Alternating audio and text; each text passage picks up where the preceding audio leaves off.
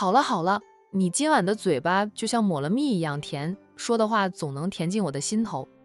欧阳雅笑着将他往浴室外面推去，你也回房去，洗洗睡吧，明天咱们还要去医院看你大嫂和大侄儿呢。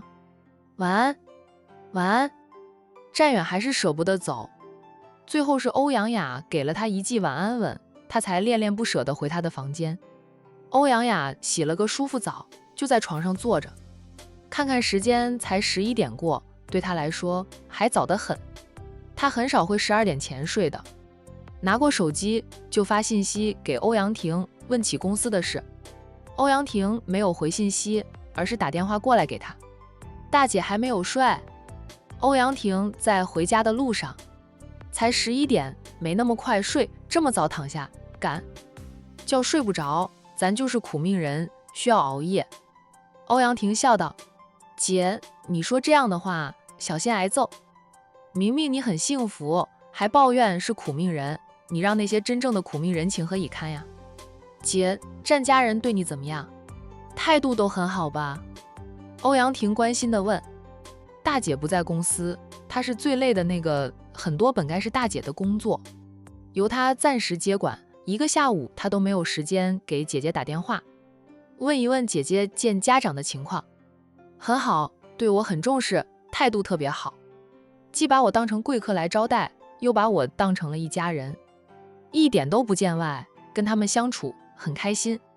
若彤说的没错，战家的气氛真的很好，有家的温馨，我第一次来就喜欢战家的气氛了。欧阳婷笑着向姐姐恭喜，姐见了家长，应该很快就会结婚吧，我提前祝贺姐姐。这也太早了点儿，我和战远都还没有领结婚证呢，就是我们两家的长辈也没有见面。很快的，你见过了家长，战远就会催他家里人过来提亲。今晚底我们肯定能喝上大姐的喜酒了。姐在管城玩得开心点，公司里没事，我们都能处理好，姐不用担心。聊了好一会儿，欧阳婷才回答了姐姐刚才的问题。唯一让我不爽的就是龙拓还是厚着脸皮来纠缠我，看到他我胃口都不好了，咋有这么自恋又厚脸皮的人？欧阳婷在电话里向姐姐吐槽龙拓，等妹妹吐槽完了，欧阳雅说道：不用理他，他心怀不轨，野心不小，父子俩都是一路货色，他们家就没有一个好人。我是懒得搭理他，看来我得找个正式的男朋友了，不为别的，至少能帮我抵挡其他追求。这被一个讨厌的男人纠缠不休，真的烦透。欧阳雅笑道：刚才我还和战远聊起你的人生大事，战远说让他奶奶帮你留意一下，有好的男人就介绍给你，我和他也会帮你留意的。姐，你那些未来的小叔子大伯哥有适合我的吗？我也很好呀，战奶奶咋相不中我呢？欧阳婷打趣地道：咱俩在娘家当姐妹，在婆家做妯娌多好呀。我不是没有想过，但是战远的哥哥们都有了另一半呢，他下面还有3个弟，年纪还轻，战奶奶都不着急给他们相看媳妇。欧阳婷嘻嘻的笑：姐，我开玩笑的，你别当真。是了，上次我去风尘山庄，倒是见过君家的几位未婚的少爷，他们家的7少跟你很般配，哪天闲聊时我托战奶奶帮你牵牵线。姐，你来真的吗？我是开玩笑的，我不想嫁人，至少现在不想嫁人，等我30岁了，看我会不会改变主意。欧阳婷叫起来，没想到姐姐当真的，真要给她介绍男朋友。事实上，她想不嫁人，就当一辈子的老姑婆，反正家里父母弟弟都不会赶她走，她自己资产一丰，不嫁人，可以过得有滋有味的。当然是来真的，姐不会跟你开玩笑。你只比姐小一点，姐有了好的归宿，也希望你能得到幸福。君家的家风跟战家一样好，他们家的男人也很优秀，长得也异，跟你是很般配的。君家的7少8少，年龄跟你都差不多。你若愿意的话，到时候安排你和君7少和君8少见面，看你喜欢他们哪一个都可以。欧阳婷，姐，我现在无心感情的事，你还是饶了我吧，再者，人家君家少爷也不愁娶不到老婆，我怎么好意思在他们中挑挑拣拣的？真的无心感情之事啊。千真万确，姐，咱们做了20几年的姐妹，我是什么样的人，你还不清楚吗？绝对不骗你。欧阳婷很严肃地道：姐，你千万别乱点鸳鸯呀。我和君家的少爷若有缘分，都不用姐帮我牵红线，我们也能跨越千里认识对方。若是无缘无分的，哪怕有人介绍，也不会有下文，感情的事顺其自然吧。姐，没什么事的话，我先挂电话了，马上到家了。今天可把我累坏了，现在恨不得倒头便睡。欧阳婷说完就赶紧挂了电话，生怕挂断电话慢了。大姐真的给她和君家少爷牵红线，她是爱玩笑间打趣姐妹，实际上她真的不想嫁人。嫁了人，哪有在娘家当千金来得自在啊？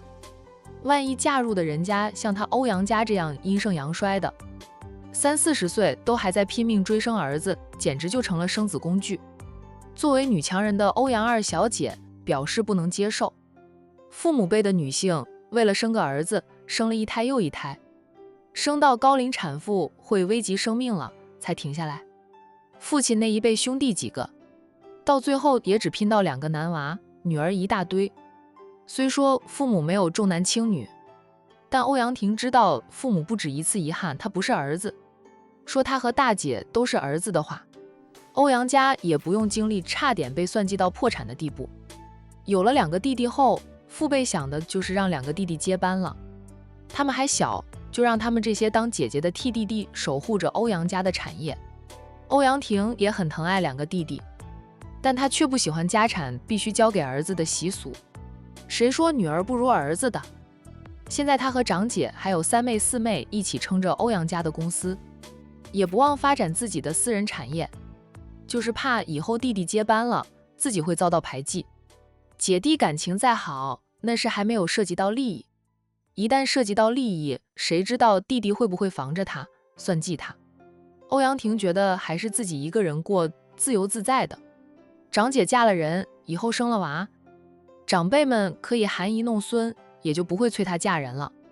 不过她的父母并不着急她的婚事，嘴上说是她的婚姻，她做主，由着她自由恋爱。她心里清楚，那是因为2个弟弟都还年幼，没有能力接管家族事业，需要她和姐妹们继续打理家族事业，想多留她几年。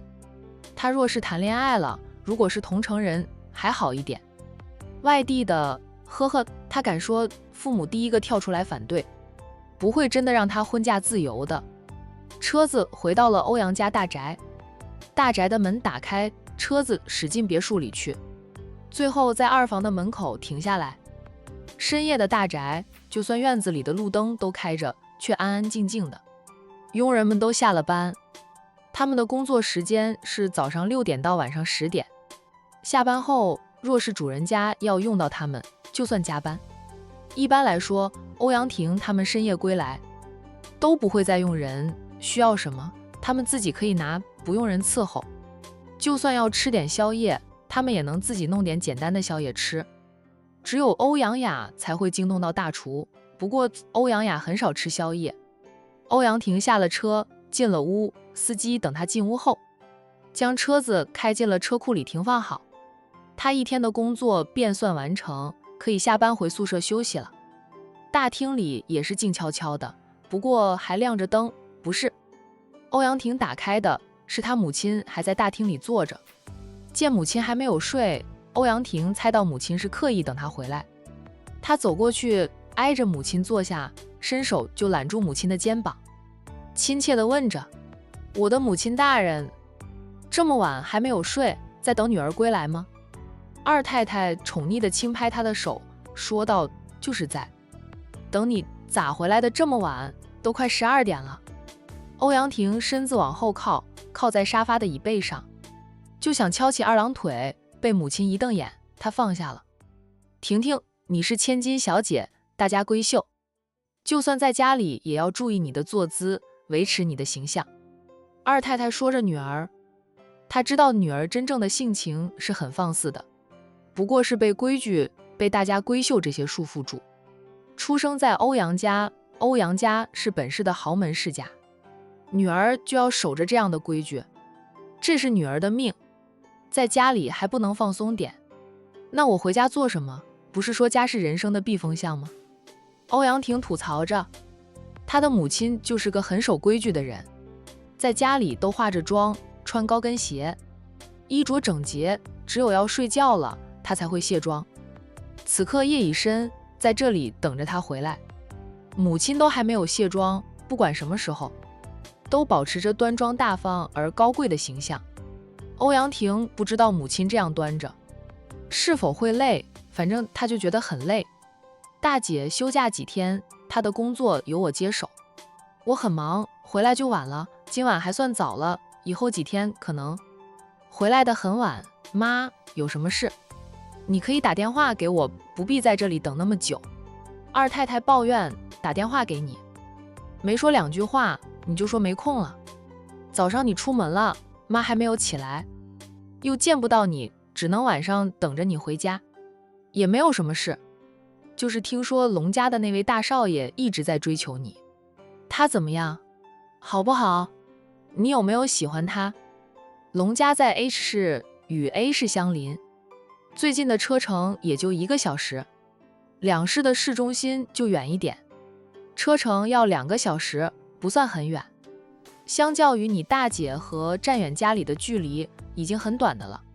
若是龙家大少爷对你是真心的，你要不就尝试一下吧。欧阳婷立即坐正身子，看着母亲。被女儿这样看着，二太太有点不自在地问：这样看着妈做什么？妈，你是不是收了龙拓的好处？怎么会帮他说话的？二太太立即轻拍一下他，妈是那样的人吗？妈是觉得你比你大姐就小一点，她现在有了招落，今年估计就会结婚，你的人生大事也要操持起来了。但妈是舍不得你远嫁的，就是嫁去 H 市，妈都觉得远了，只是咱们 A 市的青年才俊，你愣是没有看上一个。妈就想着龙家大少爷若是可以的，你不妨尝试一下。我听说他天天都去公司门口等你下班，给你送花送礼物，瞧着态度很真诚。龙家是 H 市的首富，比我们欧阳家还有权有势，应该不会盯着咱们家的家产。况且欧阳家真正当家做主的人是欧阳雅，不是自己的女儿，女儿只是帮着欧阳雅分担一点的。欧阳婷无言地眨了一下白眼，二太太捕捉到女儿眨白眼，又轻拍一下女儿，轻斥着：不许眨白眼，不淑女。妈，你是咱们欧阳家的二太太，平时也出去接触外界的人，在富贵圈子里混的，你不可能不知道龙拓只是代理家主的儿子，他这个龙家大少爷是名不正言不顺的，真正的龙家大少爷早就死了。龙家是 H 市的首富不假，那与龙拓家里有什么关系？他爸只是代理家主，没有信物，没有足藤，没有印章，连龙家的精英都调动不了。一旦龙家嫡系的那个孩子被找到回来的话，龙家的一切就会回到那个孩子的手里。龙拓父子俩就是给别人做嫁衣，就龙家代理家主的人品，反正我是看不上的。龙家嫡系的灭门惨案，他就是幕后黑手。这样一个心狠手辣的人，他的儿子能好到哪里去？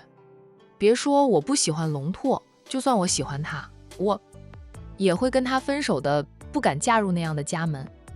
咱们家男丁太少，阿俊和阿健不过几岁，我们姐妹再能干，他们男人心里也是瞧不起的。